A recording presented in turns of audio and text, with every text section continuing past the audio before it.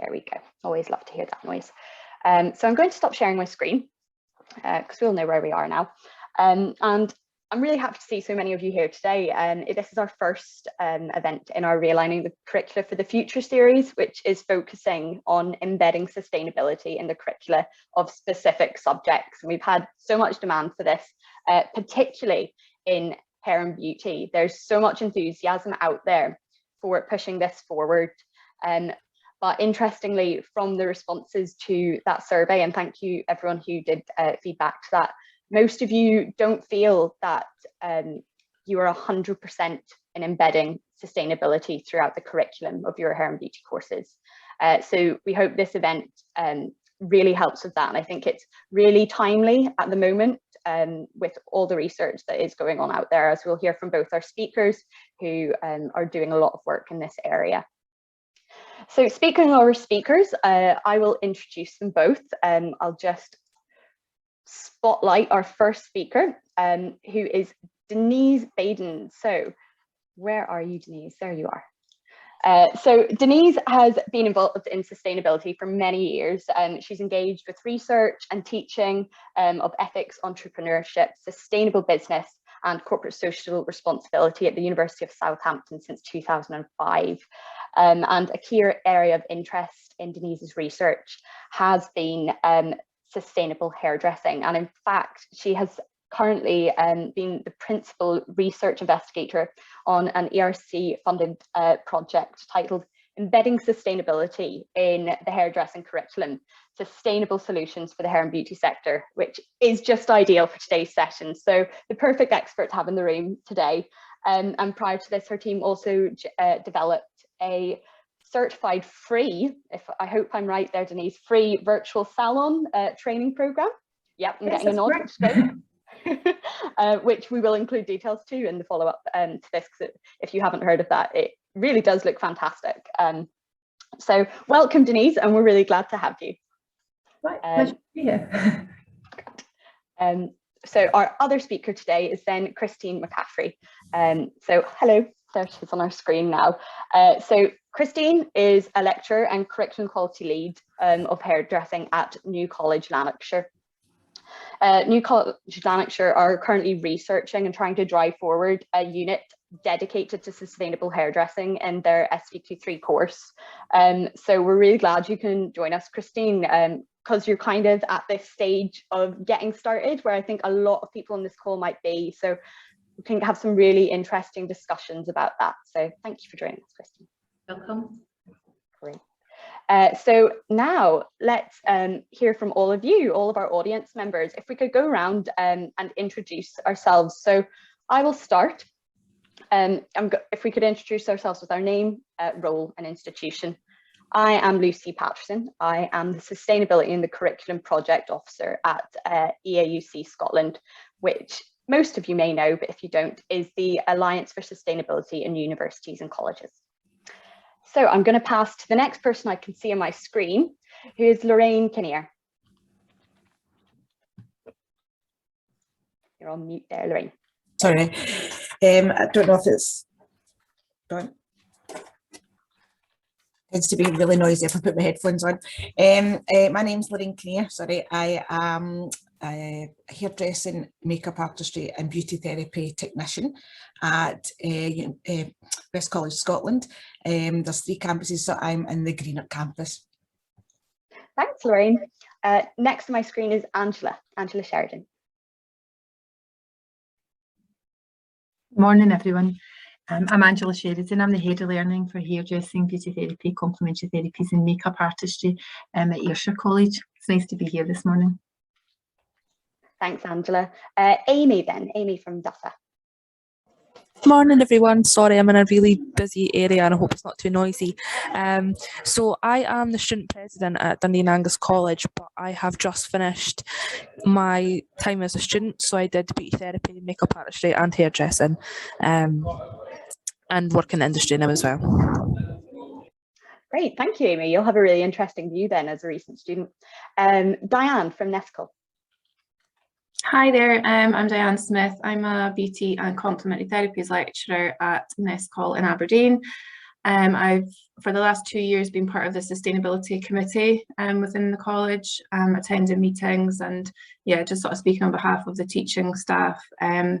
Obviously more beauty and complementary side of it, but yeah, so just keen to hear what this is about. Yeah, thank you. Thanks, Diane. Next is Linda Miller. Hi, morning.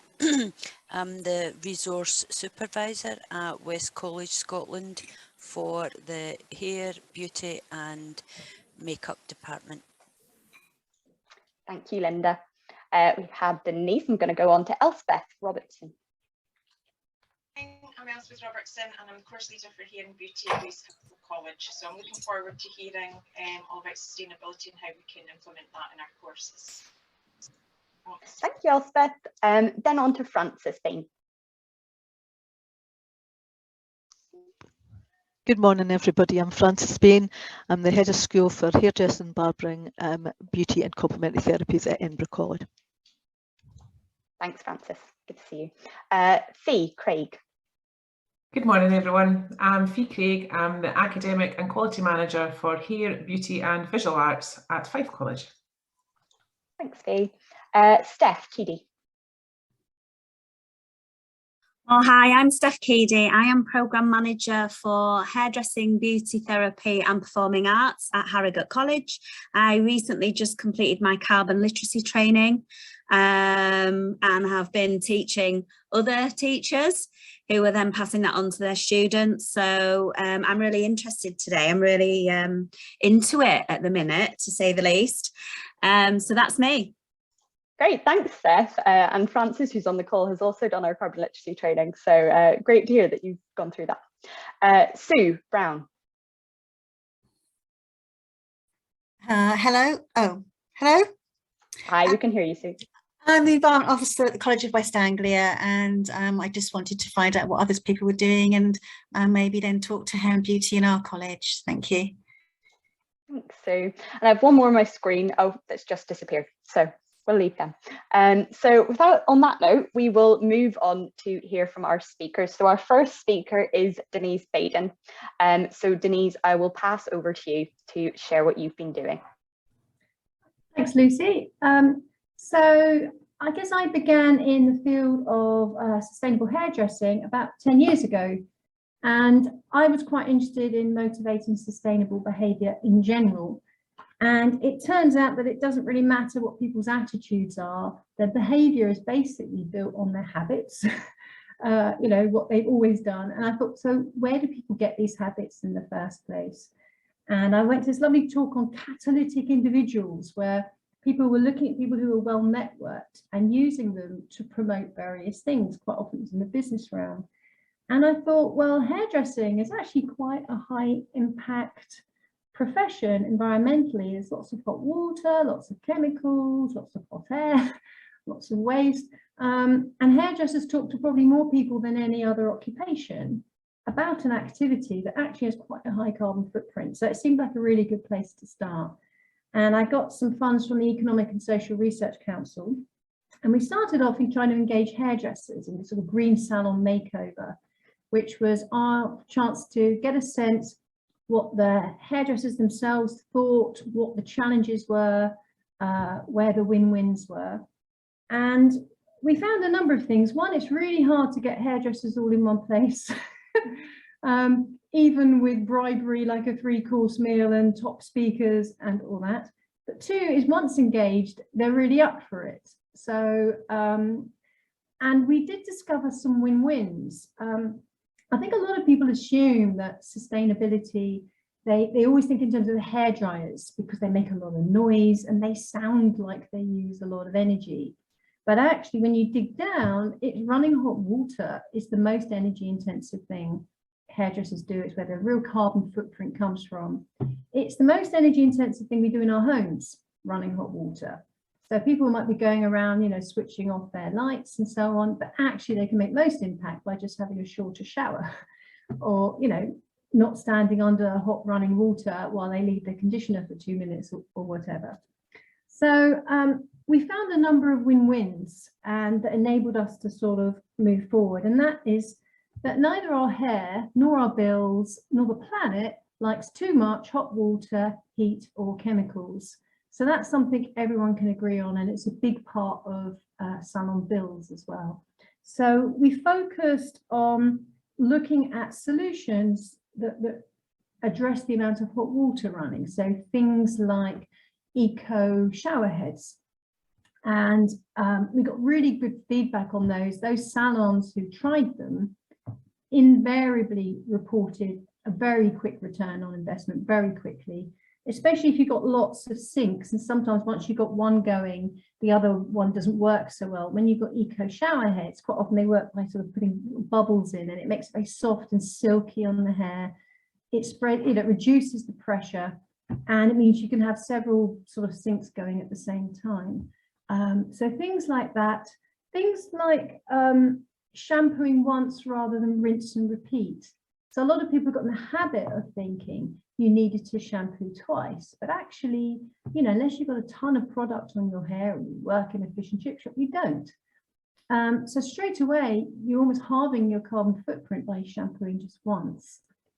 A lot of people tend to think of, you know, something eco-friendly if it's got a lovely brown cardboard container. But in fact, the container's not the big deal. Actually, I think Boots did a study. They found out that over 93% of the carbon footprint of a shampoo was in the running water. It wasn't in the making of the shampoo, the transportation, the container. It was in the way it was used. So rather than people thinking, oh, an eco product is something in a nice recyclable container or with fewer ingredients, really an eco product is something like, say, dry shampoo, which there are a lot of myths about, but actually is a really good way to maybe extend the life of your shampoo once a week, you know, just sort of do it in, brush it out and so on, or leave in conditioner rather than wash out conditioner. And again, not all things work for all hair. That's another thing. We constantly sought feedback from those trying things out. And we found some people love leave-in conditioner. I do, because I've got quite fine hair, so it also gives it some body and weight. Other people didn't. We did a little study on people who always use conditioner, and we encouraged them to try going without. And the results there were very interesting. A lot of them said that while the hair was still wet, it didn't seem right without the conditioner. They didn't get that silky feel. But once it was dry and then they judged it, 40% said it made no difference. 30% said they preferred going without conditioner because they then didn't have to shampoo their hair so quickly afterwards because it didn't get so greasy, and 30% didn't like going without conditioner. So it seems there's a 70% chance you don't need to use that product at all. And we've had quite a lot of product companies like L'Oreal and Wellness engaging with us along the way. But one of the issues we've been wary of getting too close is because actually a key message is less is more when it comes to product. And however sincere and genuine the people I'm talking to, who are the sustainability reps of L'Oreal and Wellness and so on, the fact is it is a business. And I do worry that the message of, you know, less is more might be hard to reconcile with it. They're business objectives. But the fact is, there's a lot of pretty harsh chemicals in those shampoos, volatile organic compounds, especially in like color. It's really toxic. It's not great for your health. It's not great for the environment. So less is more is a mantra that we really want to push. People get caught up as well on things like palm oil. And of course, for those who don't know, palm oil is in a lot of our products, both food and hair products and beauty products. And, you know, using a palm oil is resulting in deforestation. It contributes to air pollution. It contributes to climate change. It contributes to loss of biodiversity and homeless orangutans and these horrible things. But the fact is, if we weren't using huge amounts of palm oil, we'd be using huge amounts of something else, you know, which on such a large scale might be just as bad. So again, just using less is worthwhile. One of the things, so we started off with the Green Salon project. We found our win-wins. And then more and more often, we had salon owners coming to us saying, well, really, you've got to get them while they're training. You know, we have trainees coming through, they don't know, they don't turn the tap off, they're really wasteful. You need to get them at that point. And that's when, as Lucy said, we got some funds to integrate sustainability into the Hair and Beauty curricula. We work very closely with DTCT, who helped us with that. We got the default advice changed on shampooing once rather than rinse and repeat. And we toured, I don't know, maybe someone actually saw myself or one of my assistants perhaps, but we toured a lot of the colleges and meetings held by City and Guilds and BTCT and Habia and so on, giving talks, really educating the educators to help them cascade that information down. And we ran out, and there comes a point, you know, we're a university, this was more impact than research, we're paid to do research. So I managed to get some funds to translate everything we've learned into a kind of virtual salon. Lisa, I'm going to try and share the screen, if that's all right. Let's see. Can people see that?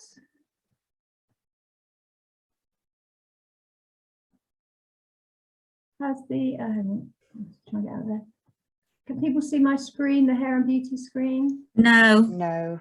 Oh, okay, let me try again. No. Oh, I stopped, didn't click share. Here we go. There we are. You should see it now. There we go, yeah. Right. So one of the things we developed, and our IT guy said it was his proudest moment, and he got in touch with his inner girl and he developed a virtual salon. And it's a kind of training thing, and we've kind of gamified it. I don't know if anyone's used it, but you start here and you go through and we integrate information about sustainability. We're tying it directly to what hairstylists do, and we give loads of examples. And it takes about, we've had about 2,000-3,000 probably now stylists go through this. The typical time it takes is about 30 to 45 minutes. It's free to do. And then once you've done that, you're automatically given a sustainable stylist certificate. So all you need to do is go on the website and start. And all your stylists can do that. And it really embodies a lot of the information we used to do in our PowerPoint presentations. For salons, once all the stylists have been certified, then they can self-certify, just the salon owner, to be a sustainable salon, and they get a certificate. They list themselves, the activities they engage in, and that gets printed out on the certificate. So what we're guaranteeing there is their stylists have been exposed to the training. There are questions, but it's easy. It's like, if you get it wrong after 2 goes, we just tell you. So it's not like an exam. It's more like you've now been exposed to the training. So that's something that's open to everybody. Another thing we're doing now is, as I said before, I think the real value of engaging with hairdressers is they talk to clients. So you can make huge savings in salons. In fact, we've worked out that the average salon can save about £5,000 by taking up our suggestions. But the real impacts are when the stylists start advising their clients. So our next project, we're working with the Green Salon Collective, and we're doing these kind of mirror talkers, which is kind of like eco tips on those kind of like fridge magnets, which you stick on mirrors. And there's a QR code that you can go on, and the stylists and the clients can have a look at more information. And the idea is that they will then prompt conversations. So the kinds of eco tips we might do are, let's have a look. The eco tips. Yeah. Most of us use too much shampoo and shampoo too often. And that's something we'll put on the mirror. And then we will approach that from a number of different angles. So yes, it's true, most of us do. We'll approach it from the health and beauty. Actually, shampoo's got quite harsh chemicals. It can strip the oils from the hair. Especially if you've got a power shower, standing under the shower too long with harsh chemicals like shampoo or shower gel can really irritate the skin. It can, our body has its own protective bacteria. So if you overwash, you can actually strip away your body's own protective bacteria. So that is something that people aren't necessarily aware of. But again, less is more sometimes when it comes to showering. If you go on, the hotter the water and the more powerful the shower, not only the higher the carbon footprint, but the more you're actually, having an aging effect of your skin and stripping it from its own protective bacteria. So we focus it from the health and beauty angle. We look at the money savings. And again, a 10-minute shower, depending on what kind of boiler you've got and so on, but can use as much energy as leaving your telly on all day. So if you really want to cut your bills, and this is very relevant at the moment, cut back on your showering. And again, things like dry shampoo, leave-in conditioner, shampooing once, not twice, all of these will help people do that, washing in tepid or lukewarm water. We look at the environmental considerations. So for example, if you shampoo, rinse and repeat using running hot water for 8 minutes every day, this is about 7 kilograms of carbon footprint. But if you shampoo once, reducing your hot water time by 2 minutes, and supplement with a dry shampoo once a week, you're down to 0.75. So it's not like a 10% difference. It's a massive difference. So it can really make the change in your bills, in your health, in the environment. And we talk about other benefits, like it saves time. You can get more shampoos out of a container by rinsing with water and swirling around. Actually, it's remarkable how many more shampoos you can get out, because I think it must get very concentrated near the bottom. And then we do related tips, like we can extend that to laundry. So, for example, most of us wash our clothes at too hot temperature than we need to. It's not great for the fabric. It reduces the life of the fabric. It's not necessarily necessary. So we broaden it out. So this is our Mirror Talker project. So let's go back to the home now. So this ecohairandbeauty.com site is worth making a note of. If you go on education, you can see our typical PowerPoint we do, but again, most of the information there is now captured in the virtual salon. We've got a carbon footprint calculator for salons and so on. So that's what we've been doing. I think I'm pretty well on time. So Lucy, shall I ask time for questions, or do we leave that at the end? I think we've just not got enough time for questions there, Denise, so that's fine, because that was really great information you shared. But if anybody does have any questions, can you please just pop them in the chat, and hopefully Denise will get a chance to respond to those. Thank you so much, Denise. We're going to now pass over to Christine McCaffrey to share what she's been doing at New College Lanarkshire. Hello. So as Lucy said at the start, this is quite new to myself. It's one of my colleagues who is a beauty lecturer that's always had the drive for introducing sustainability at our college. I really got involved when our college got involved with COP26. We hired a space in Glasgow and people from different departments were invited along to take part. Just going to share my screen with my little screen slide, sorry.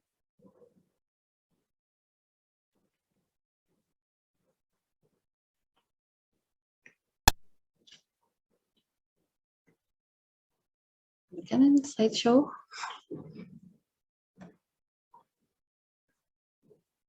That's went the wrong way, sorry. So I'll just keep talking. So we do as a brand that is new.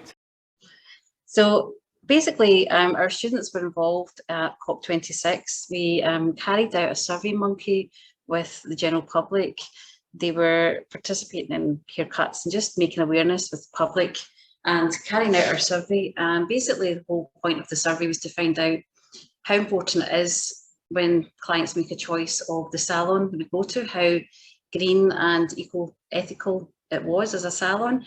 And it was quite high. Out of 100 people, there was 69% said they would make a conscious choice with their choice of salon with that. So why are we doing this? The reasons. So obviously there's the obvious reasons. We all want to make a difference and be part of a change with sustainability.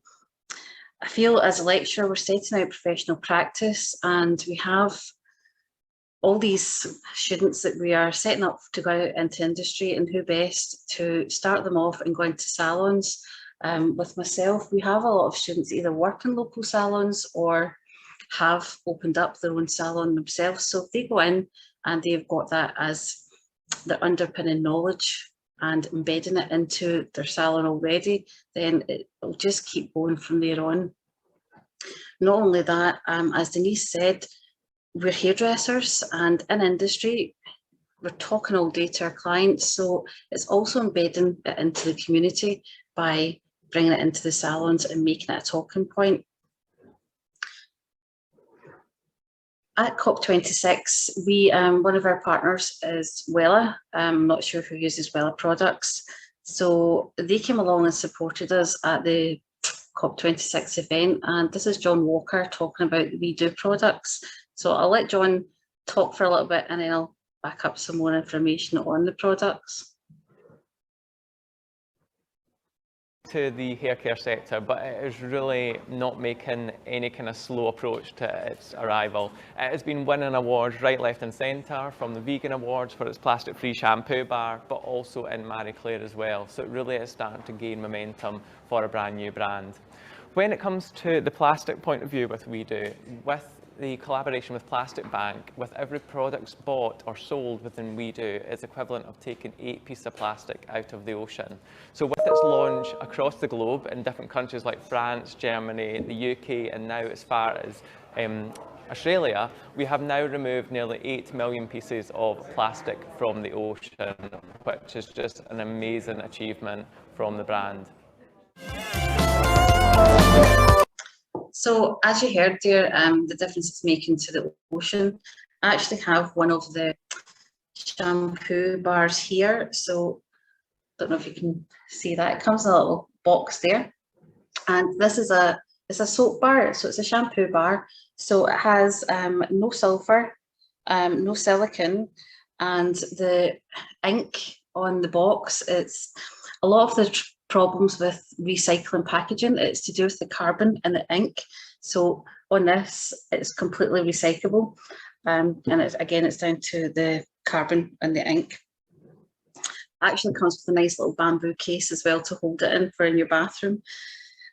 So the main ingredients for the We Do products, they are hair and skin products, so they can move into moisturisers and things like that as well. And some of the ingredients are bamboo water and macadamia nuts and argan oil. So I think there's in total about 15 ingredients within the product range. So we've introduced them into the salon. Wella very kindly donated sample stock at our COP26 event. So we've been using that and the feedback's been really good. We had 100 of these little shampoo bars to give out at COP26 as well. And our students all took some home with them and tried them. It takes a little while to get used to because there is no sulfur in it. But you just lather it up in your hands and then apply it into your hair. The other thing Denise also touched on was Green Salon Collective. Oh, sorry, just going to get that moved on. I think I have to play this to get onto my next slide. Sorry, excuse me. Christine, if you want me to slide.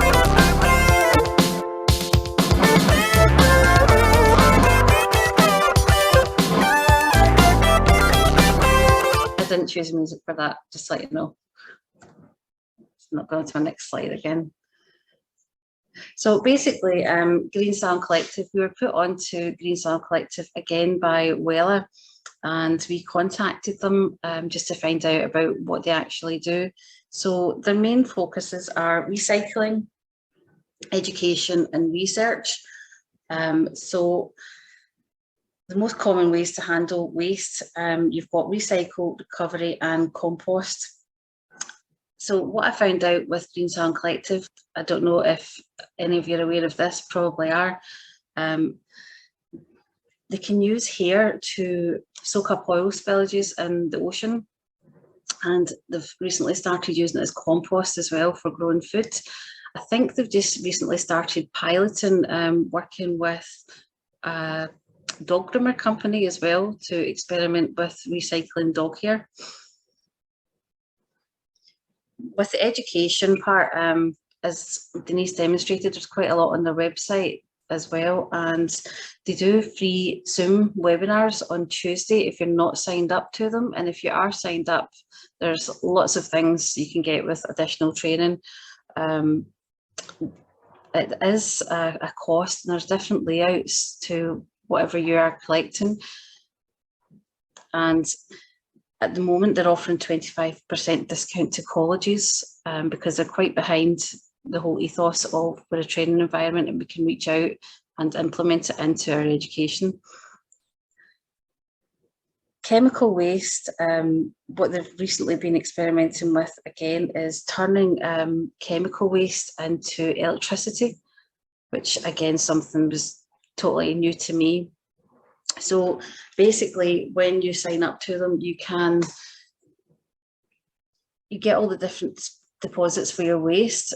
I always thought that we were using all the correct things and we had all the recycle bins, we're using disposable towels, but at the end of the day, if you've got nothing set up properly, and a lot of local councils don't dispose of it properly either, then it is just going into landfill. So our disposable towels are just going in there, even when we are using the chemicals. And I don't know about you guys, I was always taught to rinse it down the sink, and then it was going to a chemical bucket. There was different things all through different salons, but it can actually go into the water and it takes years to recover. So they've got bins for everything, basically, for salons and beauty.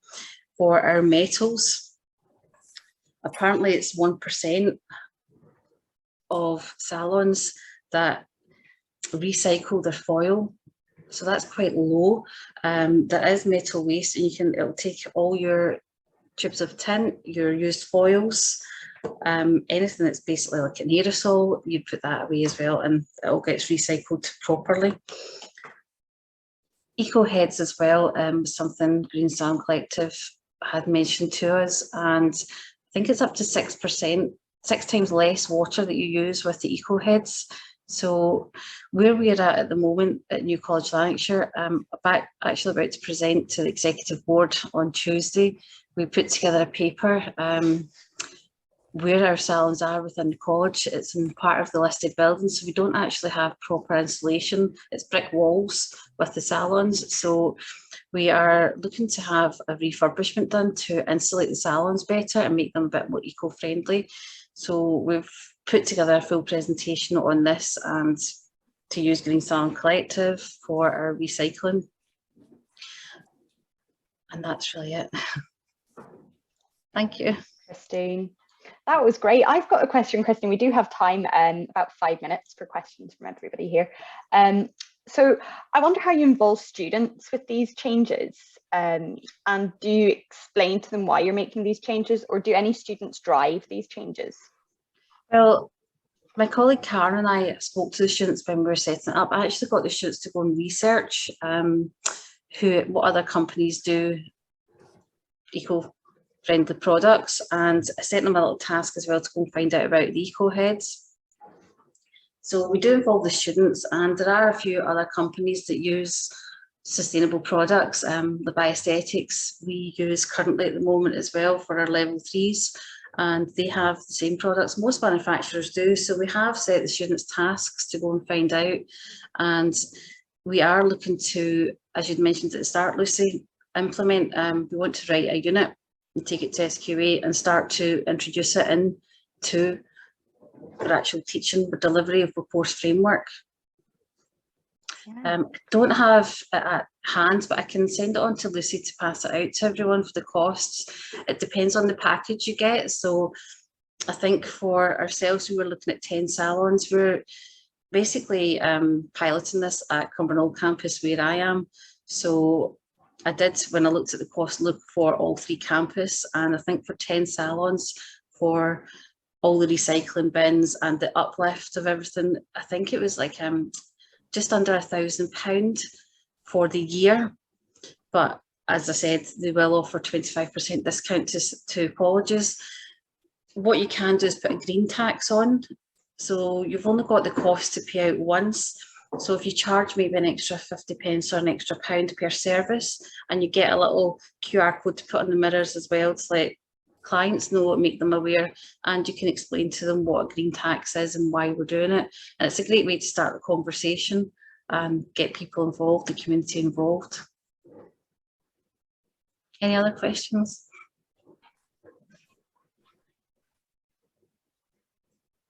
Thank you. I've only been doing this for a couple of months, so. Yeah, thank you so much, Christine. Oh, Steph's got a question. Who did you use? Sorry, for what, Steph? Sorry, Christine. Who did you use? What was the company that you said you used, you know, to do your recycling? Who was it again? Sorry. Green Salon Collective. Green Salon Collective. Green. They respond really quickly if you email them. They get back to you and give you lots of information. Oh, thank you. I just missed that bit. I think it's my connection. Thank you. Thank you so much, Christine. That's some really useful information for everyone to use. And whenever that unit hopefully does go through SQA, we'd love to hear a bit more about it. So after today, we will hopefully set up a kind of email network where you can keep in contact with each other. So whenever that does get put through, or if anyone else has any success in pushing through sustainability in their hairdressing curriculum, it'd be great to share that on there. So thank you so much, Christine. I'll remove your spotlight, so not everyone, you don't have to feel self-conscious with everyone looking at you anymore. We're now going to go on to do a little, very short workshop. We actually do quite often in our Education for Sustainable Development events. So if you've been at one before, you may have already done this. I'm just going to pop a link in the chat. So if you haven't already, can you please click that link to download the worksheets that we'll be using for this activity. If anybody's having any trouble, do let me know. If you can't download for any reason, I know Wi-Fi can be a nightmare sometimes. You can just use a wee piece of paper and make some notes, just however is easiest for you. But what we're going to do now is a quick SDG mapping. And what this is it would be best done if you were able to have your curriculum beside you. But today we're just going to do a very general quick one. And I'm going to bring up one SDG at a time, and I want you to think about how that SDG overlaps with your current course. And if it doesn't, how could it? How could you improve your course to address each of the SDGs? So you'll see from those SDGs that sustainability is actually much broader than just climate action, which is SDG 13. But we're now going to take a few moments, and we'll do this silently. So you can leave your camera on or off, whichever you prefer, to consider how your course addresses each of these SDGs. So am I sharing the right screen is always a good question. Yes, I am. There we go. So for 1 minute, can you consider how your course addresses climate action?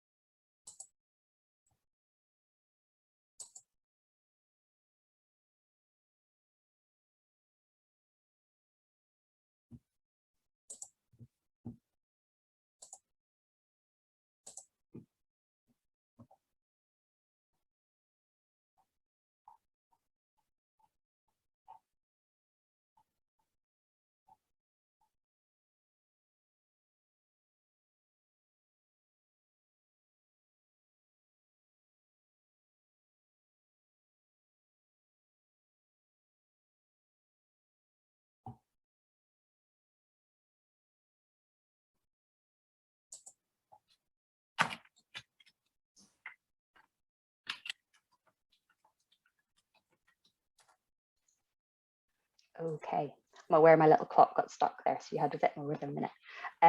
But we're now going to think about another SDG, SDG 6, clean water and sanitation.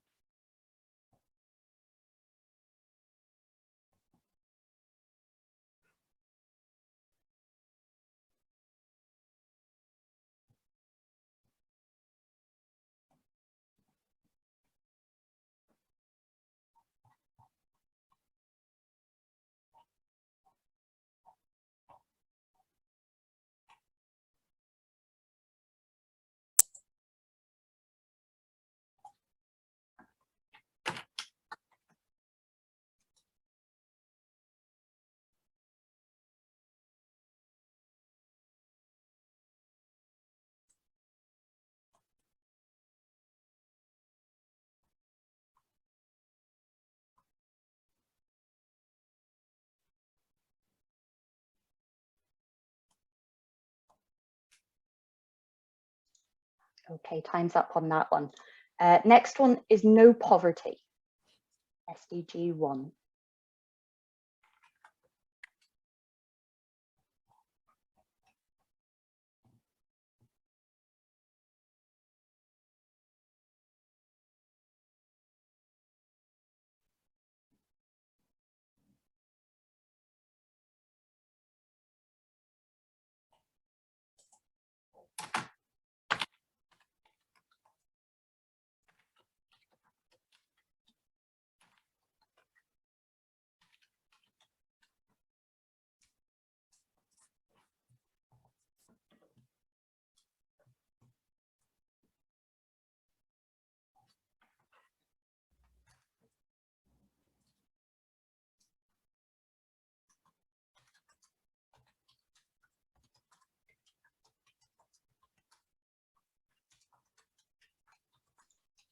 Okay, and our final SDG for today, SDG 3, good health and well-being.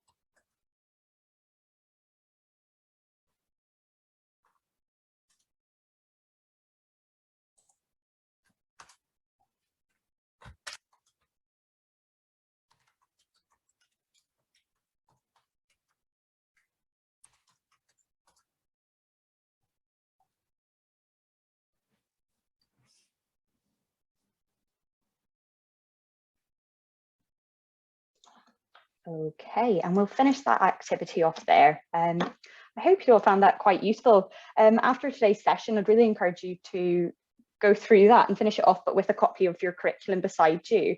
I find it's a really great starting point to kind of acknowledge the great work you already are doing, but also identify those kind of areas where you could embed sustainability in your curriculum a bit further. And even in those boxes where you've been able to put something in, the other side of that column where it says how could you do that further, don't ignore that. We can always do a wee bit more, but yeah, I hope that was useful to you. But we're now going to move on to our discussion section of today's event. So I'm going to remove my spotlight so that we can see all your lovely faces. And I wonder, does anybody have any questions they would like to pose to the group?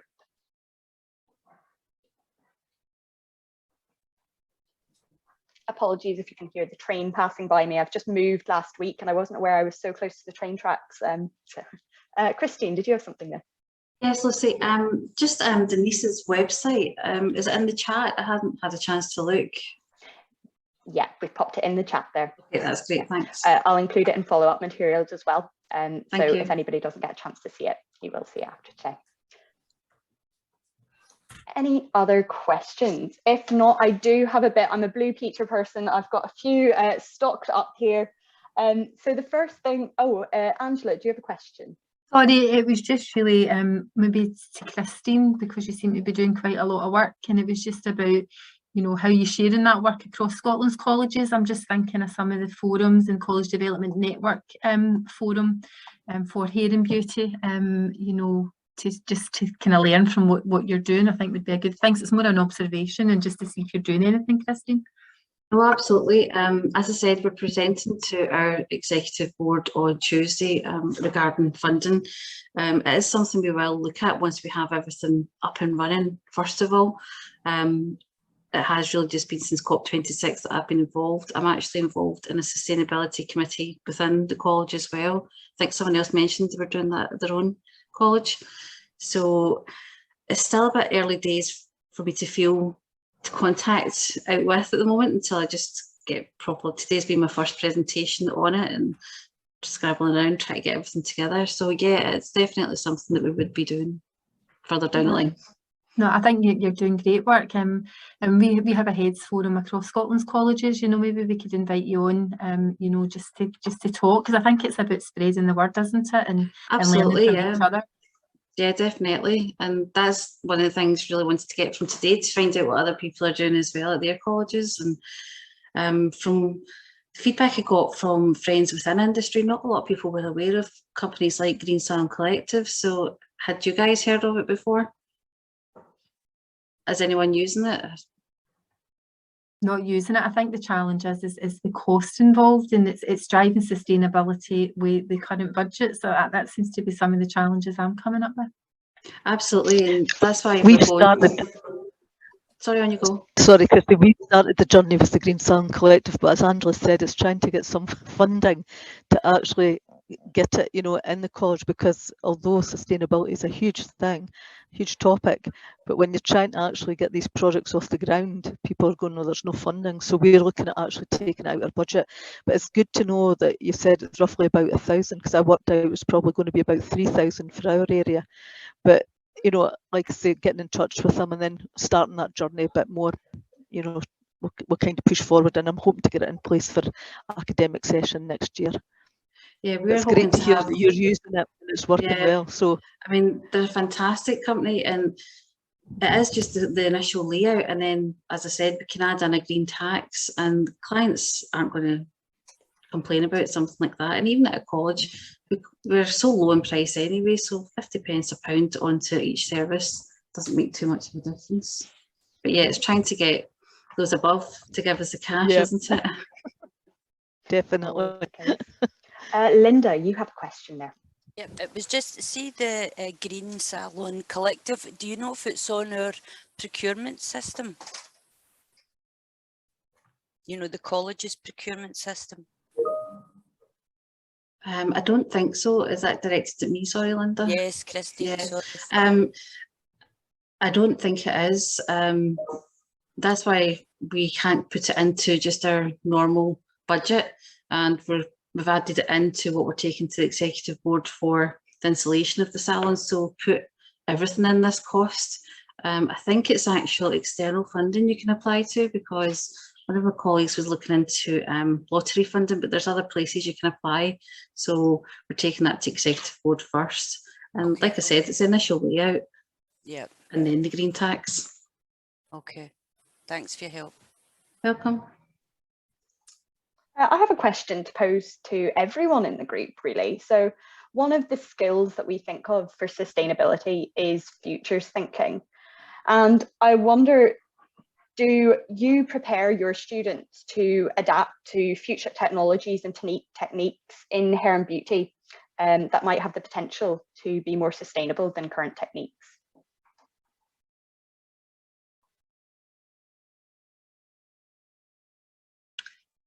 So probably the same as everyone else. A few years ago, it was a lot of portfolio work and paperwork, and we're all carrying around big boxes back and forth to our cars because we're going to market on a Saturday, a Friday, and we didn't, and take it back in, and this box just came everywhere with us.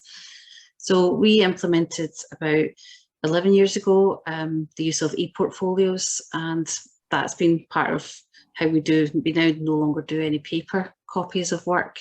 Obviously, bringing in the disposable biodegradable towels as well is something we've done. And then obviously when I started researching all this, just realising that they're just going into landfill anyway. We still use them to reduce with laundry and things like that.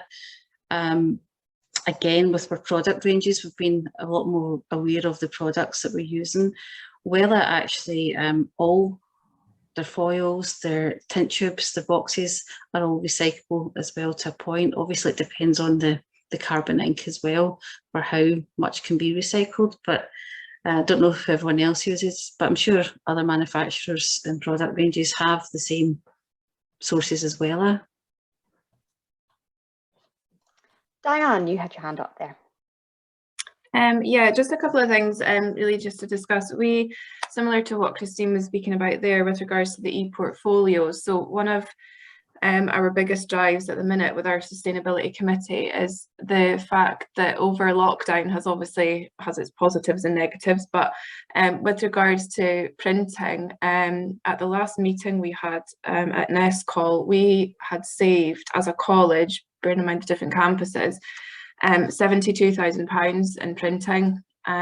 So I feel like our big push at the moment is with regards to electronic materials, teaching materials, using our ebooks. We've changed to ebooks rather than textbooks for our students. One of the reasons being that City and Guilds aren't printing anymore. But I wanted to ask people, what do you guys, I think one of our biggest printing downfalls is consultation sheets for clients. We've had challenges with regards to electronic signatures. I just wondered what other colleges did with regards to client consultation sheets and the signing. It would be really helpful if you had any ideas. We actually have all of ours on Moodle. I don't know if you use that, Diane. And because it's the students' actual sign-in to go in and upload their own work, that passes with an EV for a electronic signature basically, as their login. So we have everything up on Moodle as our format we're using at the moment, and it's just all been transferred onto there, and it's pretty easy that way. So I haven't actually used a printer for about 10 years in work. Yeah, I know. We are still, every single client consultation sheet is printed out. It drives me nuts. So yeah, we've just had challenges, I think, with City and Guilds with regards to the authenticity of a signature and more from an external client. So how do you work that then with an external client? We with the VQ, there is no client signature on it. You just have to. We are only allowed to put in their initials at the moment anyway on consultation sheets, due to data protection. I know it's not called that anymore, it's something else. Yeah, GDPR. Yeah. So we just put in the client's initials and it's a student signature, but like I said, because it's their login, and then for the part for our feedback, again, it's us that's logging in that logs the time and the date of when you've signed that and left feedback. Yeah. So it's maybe a bit different with City and Guilds. Okay, yeah, we have had a few back and forward conversations with regards to it, but we just keep fighting because yeah, it just seems like you say, look, with City and Guilds e-portfolios, it's the students that are logging in to upload and we are logging in to feedback, and I just feel like that should be enough really. But yeah. Okay, yeah, thank you. Amy, you have a question there. Yeah, and just to answer that last one as well, what we were doing when I was a student last year, we are VTCT and we used Microsoft Forms for our consultation sheets to gather not only like the COVID mitigations, and then linking that to, we use Teams and OneNote with an online consultation sheet that you could fill in, on a laptop or a tablet alongside the client, and the virtual signature, and that was all kept in sort of separate folders in OneNote. So each student had their own OneNote that the lecturer was able to access and sign off on and things like that. But I totally agree with, not having the paper handouts. We've done that for a while, and as everybody else has said, the pandemic has kind of forced a hand in that a little bit. A little silver lining there. One of the things we've come across is we've set up a working group with myself and the Students' Association, our estates team, with the students, the staff of the department, that are all working together. We've got a new build that's away to be finished in a couple of months at our Kingsway campus. So we're trying to make all the right choices from the beginning when it comes to, you know, insulation, the lighting, the heating, what we're using for drying, washing facilities and everything like that. And we use Wella as well. So, but it's all of our general waste goes into energy. None of it goes into landfill, but things like the foils and things from Wella, although Wella are saying we can recycle them, our local council doesn't support that. So I'm just wondering if anybody else has come up against that, and like everybody, money, budget, and going with the Green Salon Collective was looking like a great opportunity for us to be able to really nail down on where we were going. But with the budget getting in the way, I wonder if there's anybody that's found their way around that situation as well. Maybe. One of the things I was looking at, if I get told no on Tuesday, you know, like we do fundraisers and different things, and I don't know what you do in your colleges. If our students have their hair done, we charge a small fee to cover the cost of the products, and we end up just using that for various little things. So one of the ideas that's floating around in our department at the moment is, I think Green Salon Collective is one of the main things we really want to get started, because, as you said, Amy, about local councils and the foil, it just goes into landfill, and it's something that Green Salon Collective do actually take and put in the correct place. So we were just looking at maybe doing some kind of fundraising or getting money elsewhere, you know, within the department, and doing something like that to get the initial startup cost for us, and then we'd add in with green tax. But they're not going to say no on Tuesday. Positive attitude, love that. Thank you, Christine. That is great. Does anyone have any final questions? I'm aware we've only about 2 minutes left of this session. So if you do, pop them in the chat. And as I say, I am going to set up an email network. If everyone is okay with that, I'm going to work at that. If you do not want to be part of that, please email me at lpatterson@eauc.org.uk to let me know, and I will not include you in that. But I do think this would be a really valuable network for you to stay in touch with. And thank you to all our speakers for today. You were both great, Christine and Denise. For your first time, Christine, you couldn't tell, you were great. And I'm going to leave you all with this final question. And slightly rhetorical, I just want you to think about it. And I also want you to think about maybe posing it to your students at some point as well. How far do you think hair and beauty has the potential to mitigate climate change? How far do you think hair and beauty has the potential to mitigate climate change? I see you all writing it down, which is great. So yeah, I'll let you think about that, and hopefully you're all thinking very ambitiously, because I really do think that this sector has a real opportunity here to make a massive difference, and your students are the next generation of that. So really, you're in a position with a lot of influence at the moment. So really glad that you all came along today and that you all have this interest in sustainability. I hope you have a lovely rest of the day. And as I say, the recording and resources from this session will be sent to you in a follow-up email. So thank you all and have a good day. Thank you. Bye-bye. Bye, everybody. Thank you.